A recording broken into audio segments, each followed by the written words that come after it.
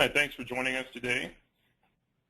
Our goal on this call is to walk you through some of the tactics and strategies we found useful in navigating market volatility, including moving from risk assets to income-focused opportunities and using a combination of technical and fundamental analysis to uncover the market's next group of outperformers. Presenting today are Senior Managing Analyst Jim Bush, Senior Technical Analyst Scott Smith, and myself, Damon Southward, Chief Market Strategist. As we go along, feel free to write in questions using the chat feature. Over the past 2 years, we've experienced a scenario of generally reduced market volatility over the course of the year, only to see investors shake out of complacency by short-term spikes in volatility. These times of heightened volatility have been dubbed risk-on, risk-off periods. Much of this action can be attributed to active portfolio management by hedge funds, mutual funds, and closed-end funds as they look to take off some risk into seasonally slower periods such as summer. As we see in the slide, 2010 saw a 16% market decline in the S&P 500 for the 6 weeks ended July 2nd. This year, the market experienced more than a 7% decline that lasted almost exactly 6 weeks as investors went risk-off into summer. The news reactions to strong earnings reports in April had our team suggesting a cautious approach to equities. Outside of the equity action, we were receiving further confirmation of a shift in sentiment from aggressive flows into treasuries during April. This is almost the exact action we saw in the summer of 2010, and the beginning of the shift into treasuries was occurring even as the S&P 500 was edging higher.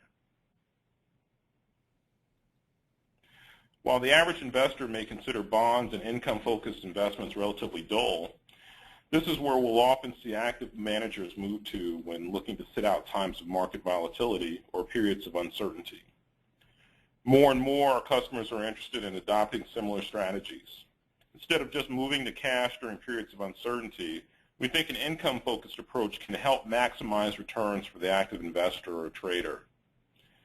Next, I'll discuss some of the items we think should be considered when attempting to trade for income.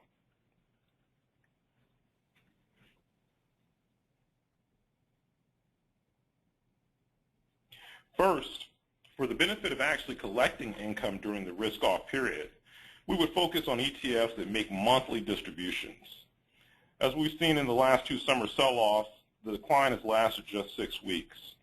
Most yield instruments pay out quarterly or semi-annually, so there's a good chance you would miss a dividend payment if buying an instrument that doesn't pay monthly.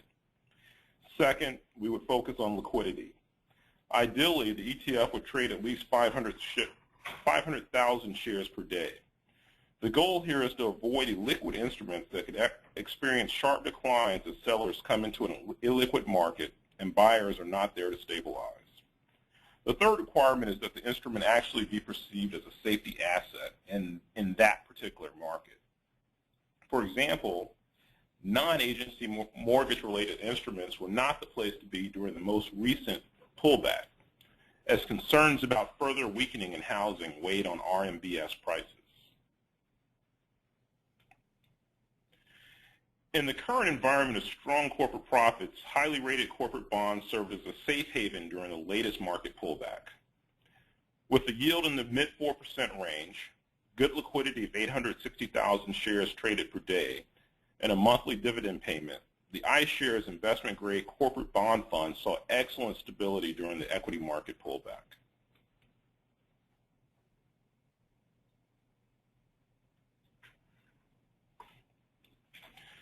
Since treasuries are generally considered the ultimate safe haven during times of market stress, it's no surprise that this asset class experienced strong gains during the May market pullback. The Treasury market is liquid enough for institutional investors to move billions of dollars into it quickly if they take a more cautious approach on equities. As an individual investor, we think a more attractive opportunity over actual treasuries during periods such as these is an ETF that gives you treasury exposure while also paying out dividends on a monthly basis. Since treasuries typically pay every 6 months, the monthly distribution opportunity provided by an instrument such as the iShares Barclays 20-year Treasury Bond Fund is attractive. Including dividends, TLT returned 4% during the weeks that the market fell over 7%. If interested in a shorter duration instrument, iShares also offers a 7 to 10-year Treasury Bond Fund. IEF is the ticker. Based on where we are in the rate cycle and very high current dividend yields, our team highlighted agency REITs as a unique opportunity during the latest pullback. Yields in this group were 15 to 20% at the time, and we felt the stocks would attract smaller fund managers looking to take in some very attractive income as they took a pause from equities. Agency REITs purchase mortgages that are guaranteed by Fannie Mae and Freddie Mac, so the credit risk of each holding is essentially nil.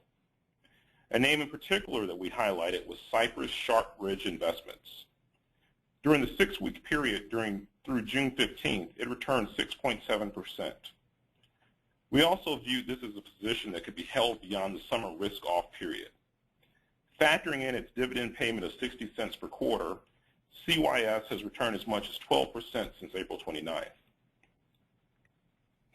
There are enough moving parts in the yield world to allow individual investors to focus on this area of the market almost exclusively for trading and income opportunity.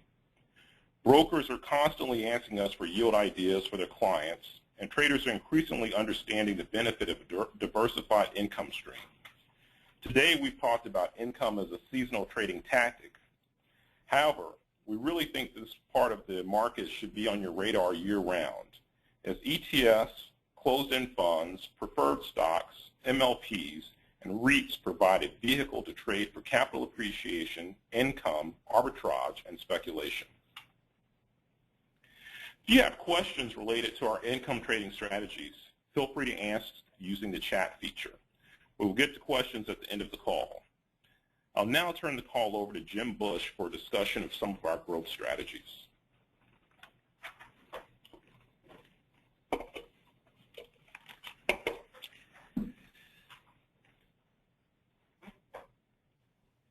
Good afternoon.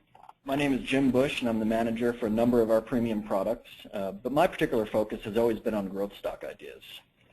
Today, I'll be discussing some strategies that growth investors can use to navigate market pullbacks. First of all, for those who are unfamiliar with our premium services, our Briefing In-Play Plus product includes a popular feature called Emerging Growth Stocks.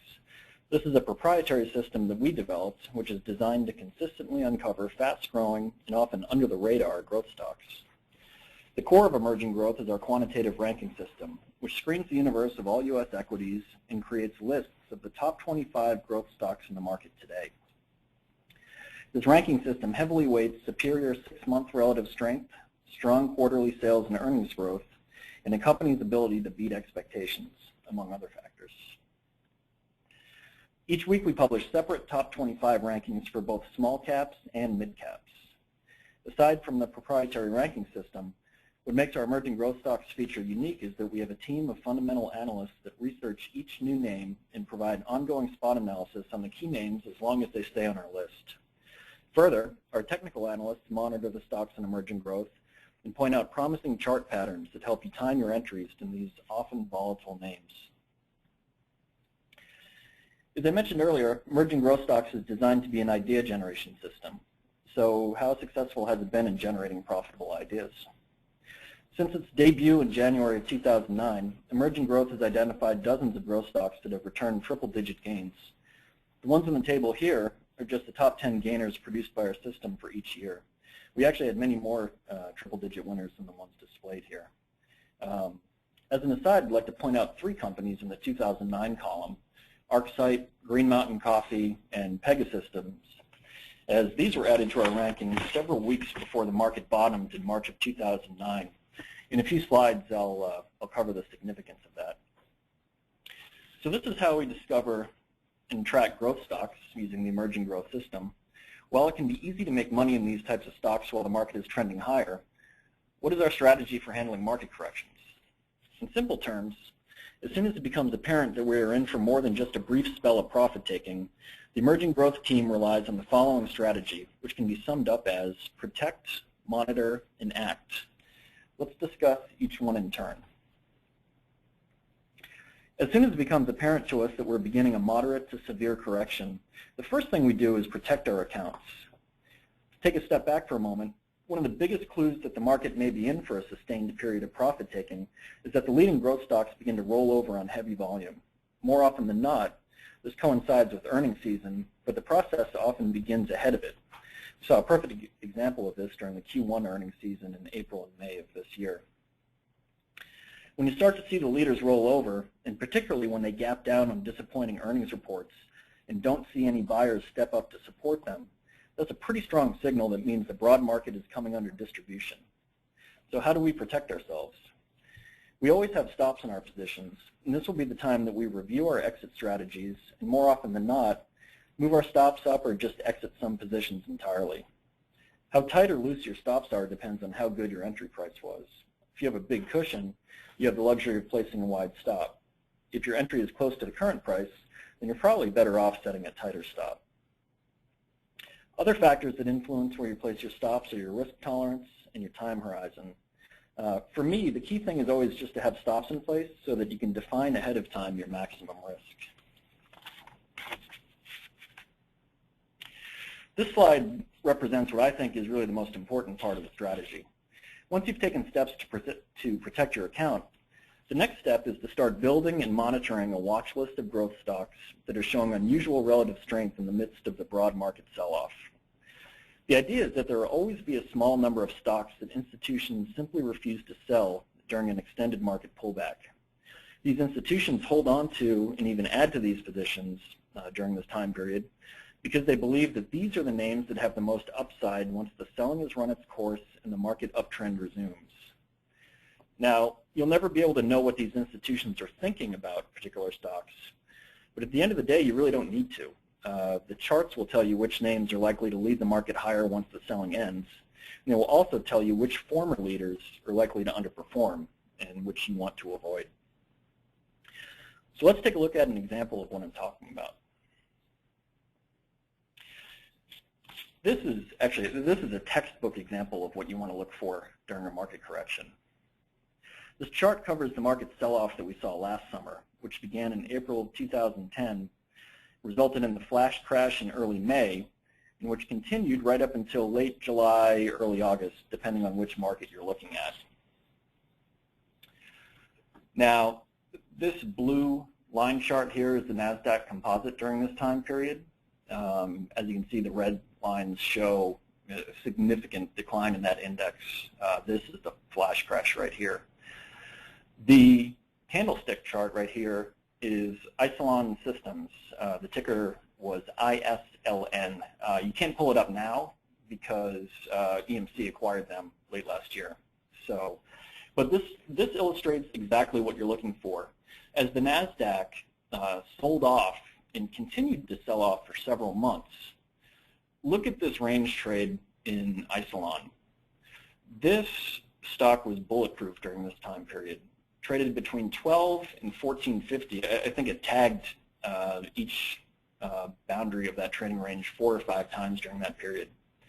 And you know, every time it got back down to 12, you could see institutions stepped in and bought. You know, basically they refused to sell it. And towards the end of this correction, once the market began to stabilize and finally turned back upwards, Isilon was one of the first stocks to break out. At this time also, you know, this was the beginning of sort of the cloud computing phase of the market last year, where the Riverbeds, the F5s, the Isilons, the Arubas, all of these stocks just began to break out from their bases during that summer. And Isilon is really a perfect example of what you want to watch for. I mentioned earlier as well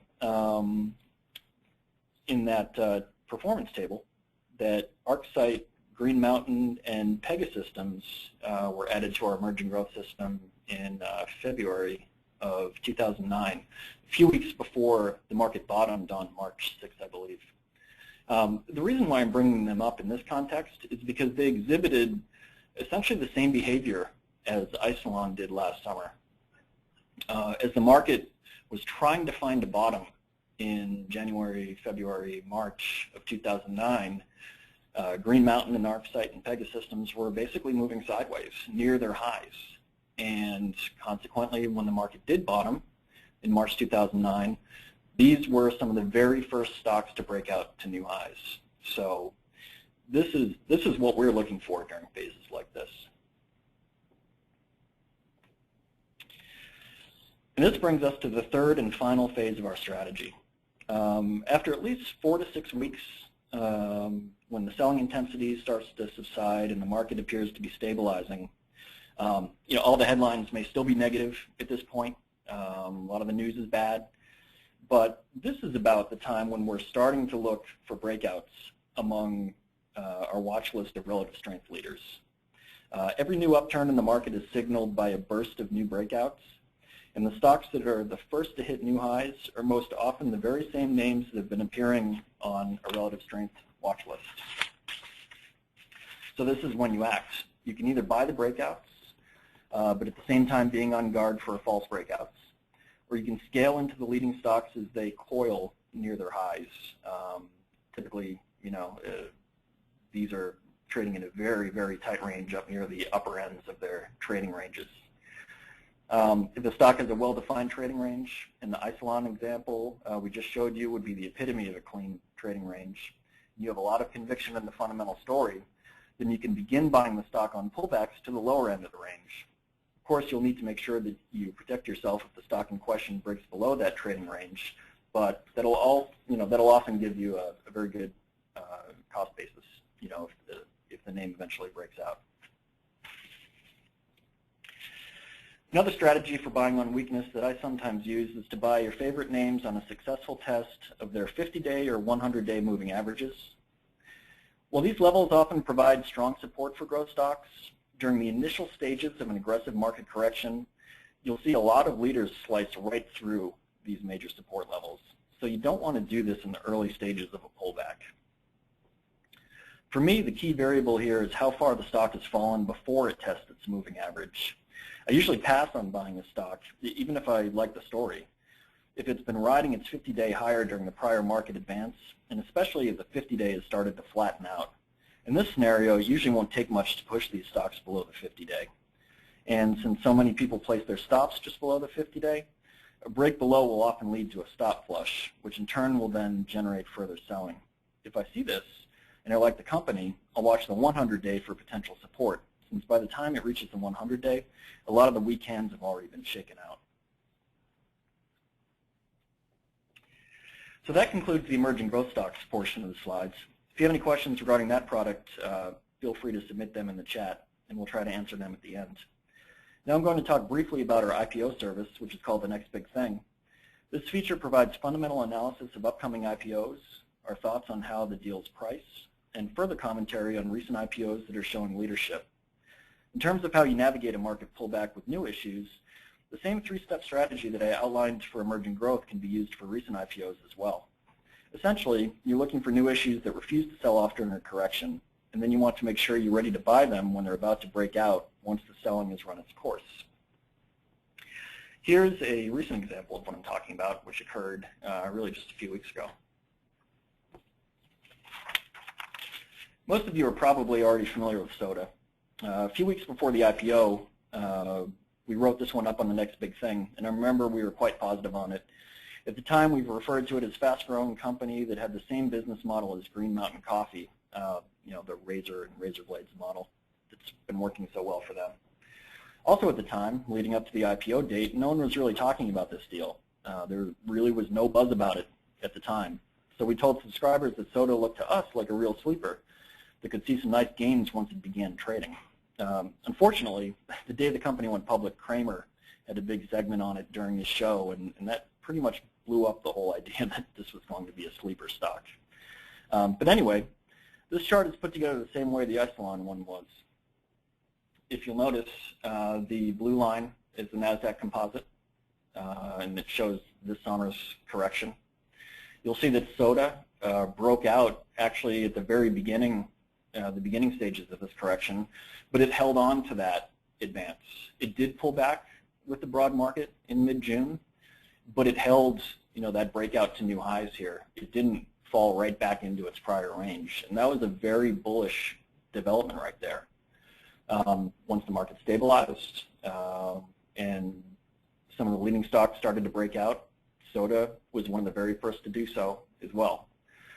So this, when it comes to new issues, this is the same thing we're looking for. It's basically stocks that refuse to sell off during market corrections, and they're often the first ones to break out when the market stabilizes. And that does it for me. If you have any questions, you can submit them in the chat. Otherwise, I'm going to turn it over to Scott Smith.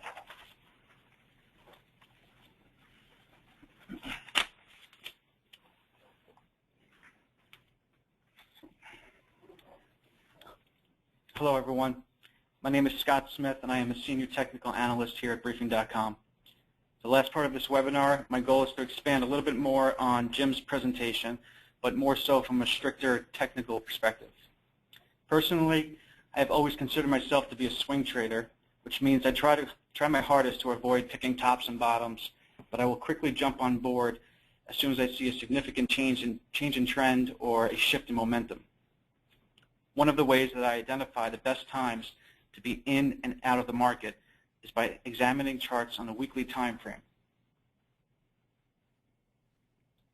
To keep things as simple as possible, when I see consecutive lower closing lows on the weekly chart of major indices, I consider the market to be in some sort of pullback or corrective phase and will almost always move a good portion of my trading capital into cash.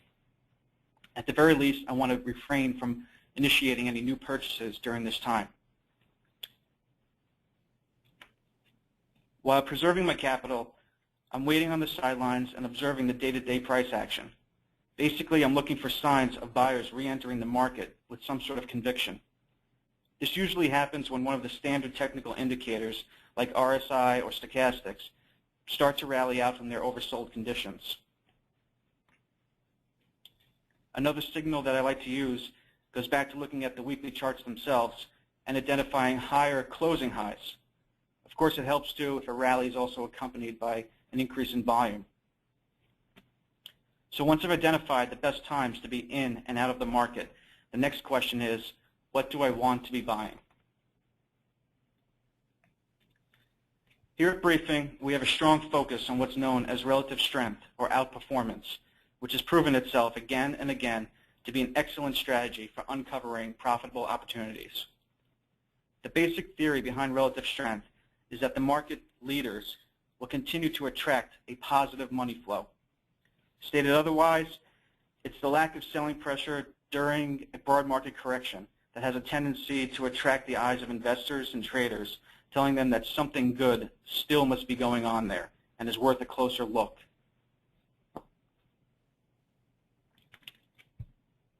To find these leading stocks in the market, we at Briefing developed a focus list called Liquid Momentum.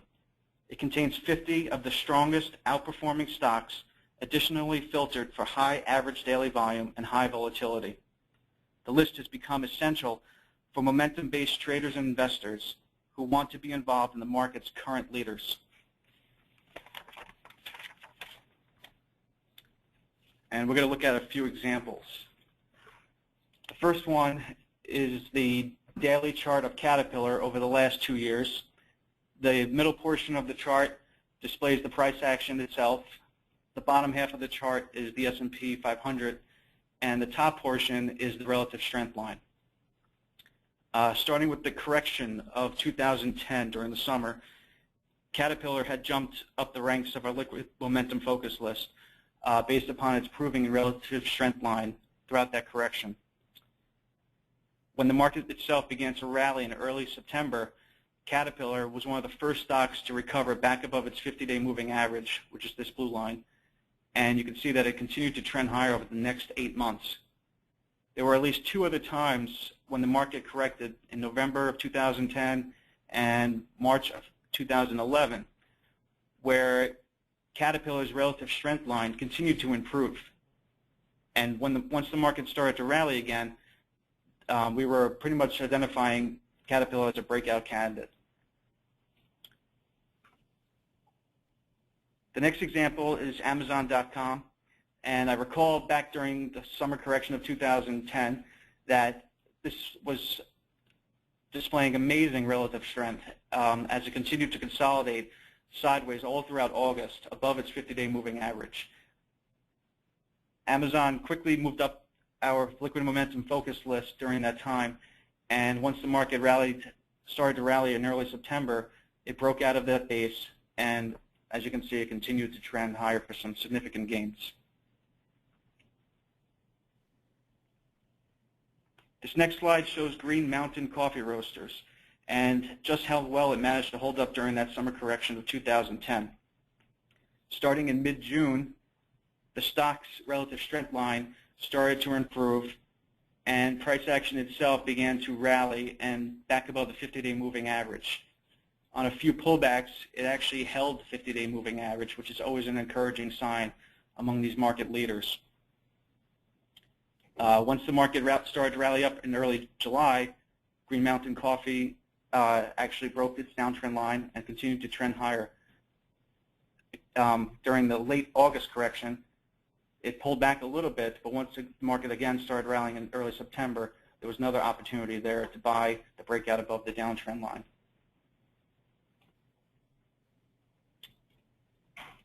Netflix has been one of the few stocks that has consistently appeared on our liquid momentum focus list week after week over the last 2 years. Simply stated, its relative strength line just continued to improve pretty much during most market pullbacks. Netflix is a perfect example of our leading stocks, how they continuously attract positive money flow. A more recent example is here with the retailer Lulu. Back in March during this year, when the market began its corrective phase, Lulu managed to consolidate sideways, holding again along its 50-day moving average. It climbed quickly among the top names in our liquid momentum focus list, and once the market began to rally, Lulu staged a nice breakout that we identified as a good buying opportunity. Again, during the recent correction in May and June, Lulu, despite breaking below its 50-day moving average, quickly recovered ahead of the actual market bottom. And once it broke out back above the 50-day moving average and its 2-month downtrend line, it provided another excellent buying opportunity to jump aboard a market leader. The last example here is the software company VHC.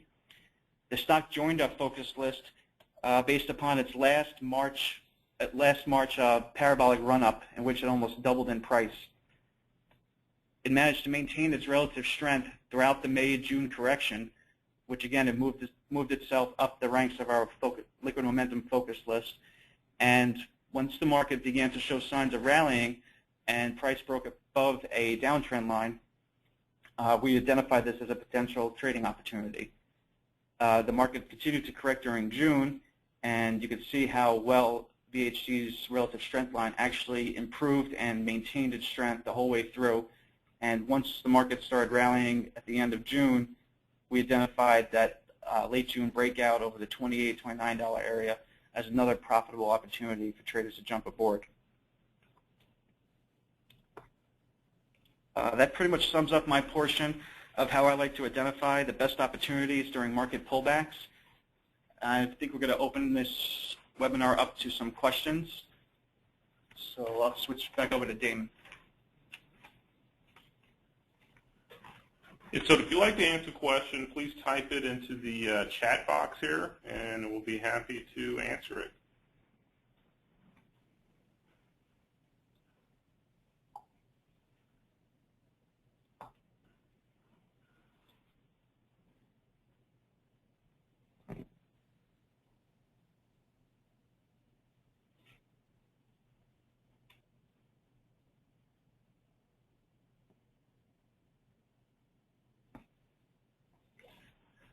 First question, Jim is going to answer. How do you isolate and identify the stocks that stabilize during a distribution phase? In other words, how do you screen for these? That it's a little bit of art and a little bit of science. What we do is the emerging growth feature pretty much does it for us, because this is It's based on that mechanical screen that automatically starts cutting stocks that are underperforming and pushing up those that are outperforming. So if you think of it, if I think of the recent correction, what happened is you had a lot of technology stocks, for example, that were leading the market right up until this summer. As earnings period started, a lot of them started underperforming dramatically, and a lot of them started getting pushed off our list in favor of other names. A lot of energy names, for example, a lot of industrial names. And as the sell-off sort of gathered speed this summer into mid-June, it became apparent that a lot of those former leaders in technology were no longer leading the market, and we had a whole new crop of leaders. So one way to do it is simply to monitor the emerging growth rankings, both the small cap and the mid cap. For example, JVA, Coffee Holdings, a number of you are probably familiar with that one by now. That one popped up on our emerging growth when it was trading around 6, right in the midst of this summer sell-off. I think it went up to about 30 recently. But that's how we do it. Otherwise, what we're doing is we're monitoring the relative strength rankings on emerging growth. We have our own proprietary screens that we use here to sort of supplement that. But really, we're watching for stocks that are moving in nice, tight, sideways ranges while the market is selling off. Isilon, the example of Isilon that I used is the best example of that. Scott Smith's example of VHC recently is another great example of that, where this summer that was trading in a really tight range while the market was rolling over. So you can see them. Our service provides numerous lists that will keep these in front of you every week, and that's really what we rely on. Is we watch our own emerging growth and liquid momentum rankings to stay on top of these. This is Scott again. One of these questions says, as a general rule, where are you placing your stops when buying a breakout? The stock at this point, by definition, is overextended. That's a great question. On the liquid momentum focus list, it's updated pretty much 4 to 5 times a week, and I highlight different charts that look technically appealing to me. The 50-day moving average is a big component, as is the 20-day moving average, the 100-day, and the 200-day. Once I've identified a stock setting up, whether it be some sort of pullback or a rally back above the 50-day moving average, I usually highlight a trend line or a key moving average that I basically tell people you have to watch that level. You have to make sure price action does not retreat back below this particular level, technical level, or else the whole pattern is going to be negated. In some cases, in most cases, it's less than, say, 3 to 5%, depending on the daily range of the stock. Something like a Baidu, which has been on our list recently, it trades about $145. It recently rallied out of a little bullish flag pattern. You have to keep looser stops on the higher price stocks just for the sake of volatility. So it's kind of on a case-by-case basis in that sense. But generally speaking, I am using just key technical levels and key technical data points, such as moving averages. And I don't actually put in hard stops on my own orders, but I have plenty of alerts set that go off constantly. And once those levels are violated, I basically take another look at those stocks and determine whether I need to get out and wait for another entry to set up, or if I could just sit and see how it finishes out the rest of the day.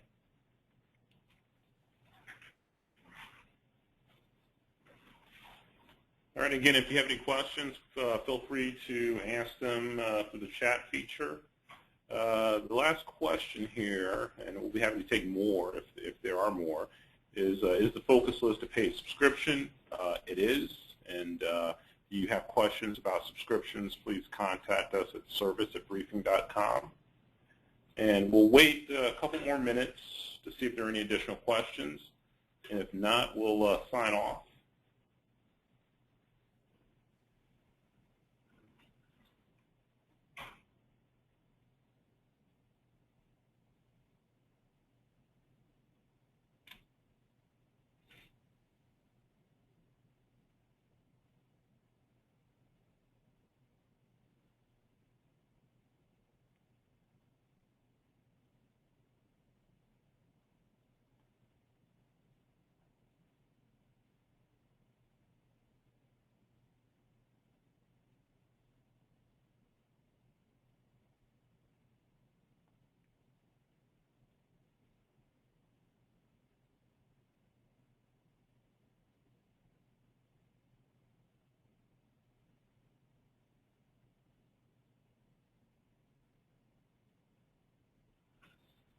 Okay, we have another question here.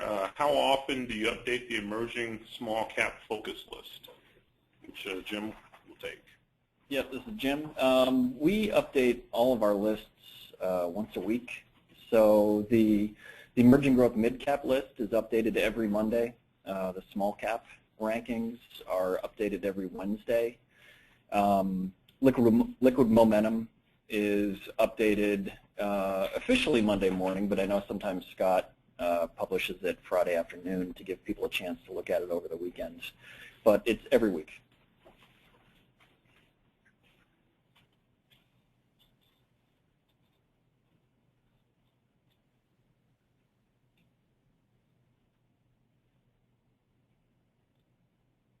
Okay, so just, let's see. I was going to say no more questions, but one just came in.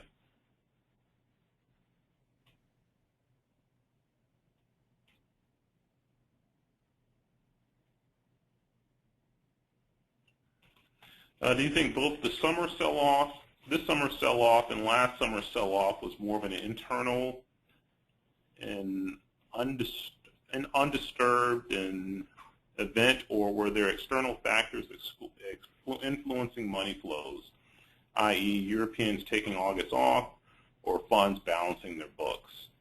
And I think it was a combination of both. I think there was a situation of investors and funds anticipating slow summer months and the possibility of pullback in equities leading to concerns about other parts of the market. So typically, when you see a sell-off, the negatives tend to float to the top a little more quickly as the market pays attention to issues that have been lingering for the course of the year but have been ignored until the market starts to decline.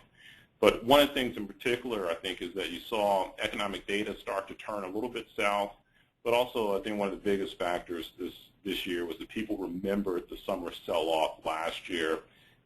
Funds simply got out of the market, booked gains, and wanted to sit on the sidelines. And in anticipation of a repeat of those events, you started to see selling pretty, a little bit earlier this year as people were fully aware that there was a good chance that summer could be, pretty sloppy activity or, a possible significant pullback in the market.